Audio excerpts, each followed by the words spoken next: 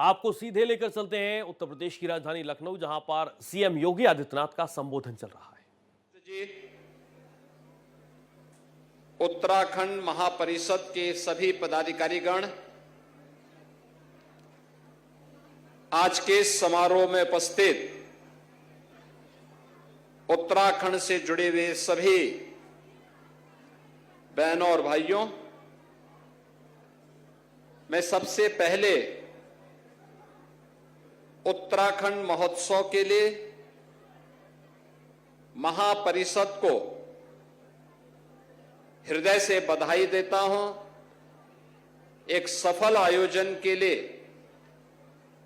उनका अभिनंदन करते हुए आप सभी का भी मैं इस आयोजन में हृदय से अभिनंदन करता हूं, स्वागत करता हूं।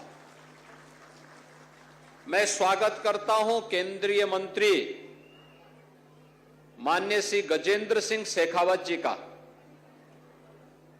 जिनका सानिध्य और मार्गदर्शन आज उत्तराखंड महोत्सव को प्राप्त हुआ है। और उन्होंने अपने उद्बोधन में जो बातें कही कि प्रधानमंत्री मोदी जी के मार्गदर्शन और नेतृत्व में एक भारत श्रेष्ठ भारत के लिए कैसे हम सब मिलकर के कार्य कर रहे हैं, कि उत्तराखंड में जन्म लेने के बाद भी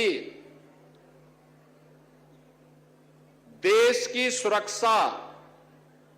और देश के प्रत्येक क्षेत्र में योगदान देने के लिए उत्तराखंड का नागरिक जब कार्य करता है तो अपनी अटूट देशभक्ति के कारण वह अपने आप को वहां के स्थानीय संस्कृति के साथ समरस करने में कोई देर नहीं लगाता। आज का ये समारोह भी अवधी संस्कृति और उत्तराखंड की संस्कृति के बेहतर समन्वय का ही स्वरूप है। उत्तराखंड महोत्सव, जिसमें अवध के श्री राम हैं तो उत्तराखंड के बद्री विशाल भी और उत्तराखंड के चारों धाम भी इसके साथ जोड़ करके इस महोत्सव की शोभा को एक नई ऊंचाई तक पहुंचाने में अपना योगदान देते हैं। बहनों और भाइयों, ये हम सबका सौभाग्य है कि आज का उत्तराखंड 9 नवंबर सन 2000 में सर्दार अटल जी के कारण बना,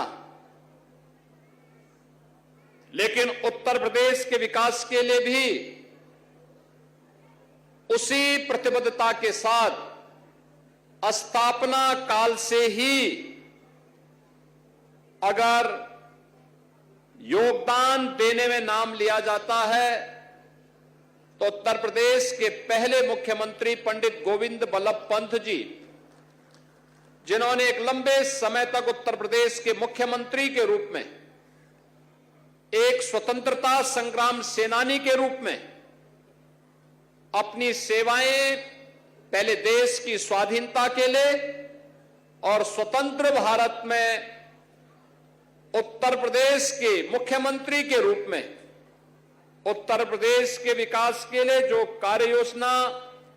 सुनिश्चित की, उसी की नींव पर भावी उत्तर प्रदेश का निर्माण करने में सफलता प्राप्त की गई। ये उत्तर प्रदेश और देश का गौरव है कि उसी उत्तराखंड ने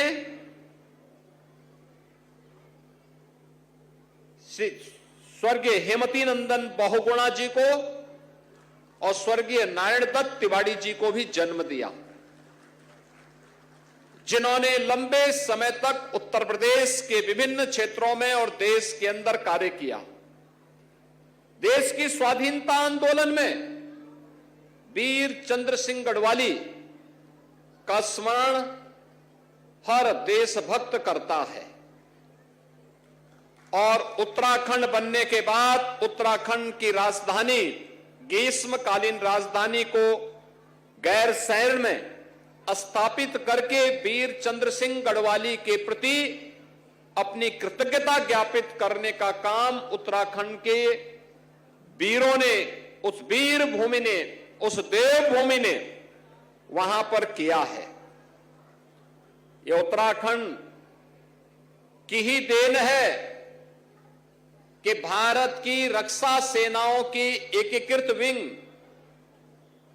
के कमांडर इन चीफ के रूप में देश के पहले CDS, chief of defence staff, general Bipin Rawat भी उत्तराखंड की देन है और द्वितीय सीडीएस भी उत्तराखंड की देन है। यानी हमने भक्ति और शक्ति का समन्वय उत्तराखंड ने उसी प्रकार से किया है जैसे राजस्थान की धरती ने करके दिखाया है।